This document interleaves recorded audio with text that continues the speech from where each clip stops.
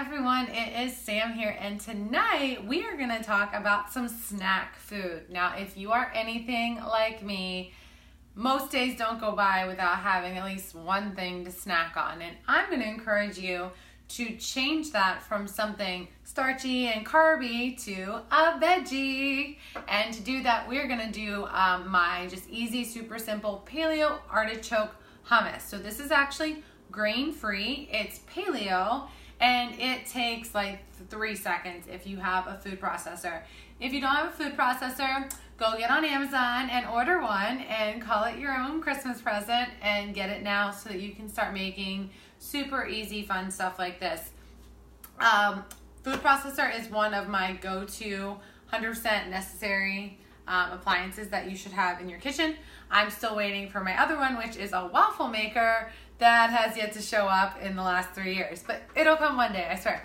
All right, so if you don't know me, I am Samantha. I am the founder of Bites of Wellness, and Bites of Wellness is a website that you can go to for lots of super easy, healthy cooking recipes. And also, you can just hang out with us here on Facebook Live, where we do a lot of 5 and 10 minute meals, and I teach you how to have a healthy life in less time, pretty much. So it's easy exercises, super simple recipes like this today, and then of course I give lots of wellness tips along the way. So today, like I said, we are going to make a snack. We're gonna do artichoke hummus, and it is as easy as it sounds. I am taking a shortcut, so on the blog, I actually cook up my artichokes from frozen, but feeling super lazy tonight, we had some artichoke hearts in the pantry. This is Trader Joe's. You want to make sure they are not in oil but in water as you get a can. You will want to strain all the liquid out, and then I want you to rinse these as well, because the brine that they use in here sometimes is a little bit of a tang to it, so we want to make sure these have been rinsed. Rinse them, let them dry, they've been sitting out. We're going to add them to the food processor. This is my littler version. It's louder though, so I apologize ahead of time. I'm going to try to keep the noise to a minimum.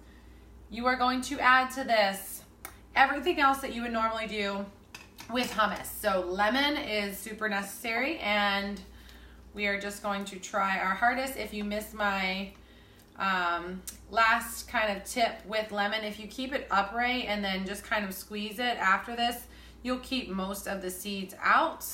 If you have one of the really fancy ones that really catches all the seeds, then you don't have to worry about that. But I'm just trying not to get this in my face. Oh, so we used to have a healthy cooking company, and we would cater meals for people, and we did a lot of things with limes and lemons, and I can't even tell y'all how many lemon juice shots to the face I took during that time.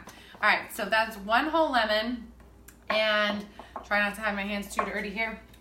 We're gonna go with, excuse me, 3/4 of a teaspoon of salt, so almost a full teaspoon of salt.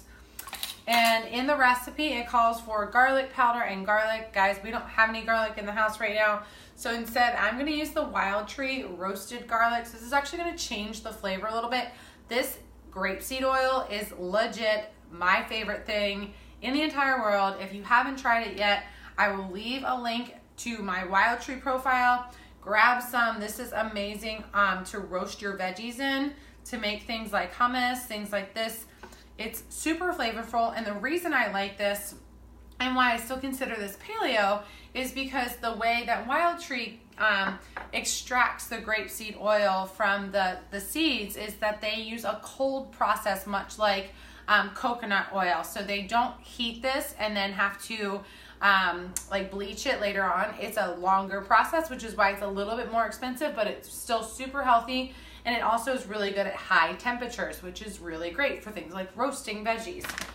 I am going to add to this. Now this is my personal go-to for any of my hummus, or any of like the hummus or pesto that I make. I use hemp hearts. I'm going to use about 3 tablespoons of hemp hearts. The reason is that because pine nuts are super expensive. We have allergies here in the house, so things like almonds and things like that are a little bit off our radar here. And hemp hearts are a great source of omega-3s. They're also a great source of healthy fats, and they are very low carb. So lots of good things for this hummus recipe. If you have some parsley at home, go ahead and add it in here. If you prefer cilantro, you could add it in here. Whatever your favorite spice and herbs are, you could change this up however you wanted. If you wanted to go Mexican style, you could add some fajita seasoning. If you wanted to go Greek, you could add some Greek seasoning. This is kind of like the blank slate. And then all you're gonna do here is you're gonna turn it on, and Dave's gonna try to mute the phone as much as he can.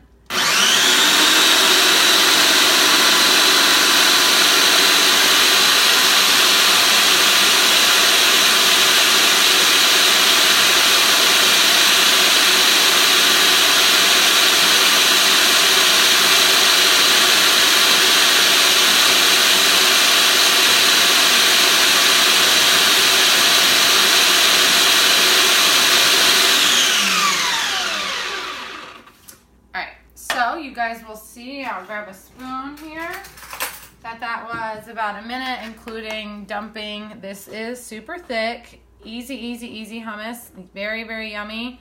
Apparently the light was too bright there. You can taste this now. It may need more salt, it may need more acid. You might want to go super traditional and add some tahini to this, which if Dave decides he doesn't want any of this, I have permission. Sweet. We have some sesame seed allergies here in the house, but this is apparently going to be my hummus only.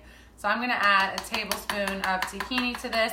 I won't bother making you guys watch me blend this up again, but I hope that this gave you some inspiration to try to make some of your own snacks at home. This again is just your blank slate. You can add whatever seasonings you want to this.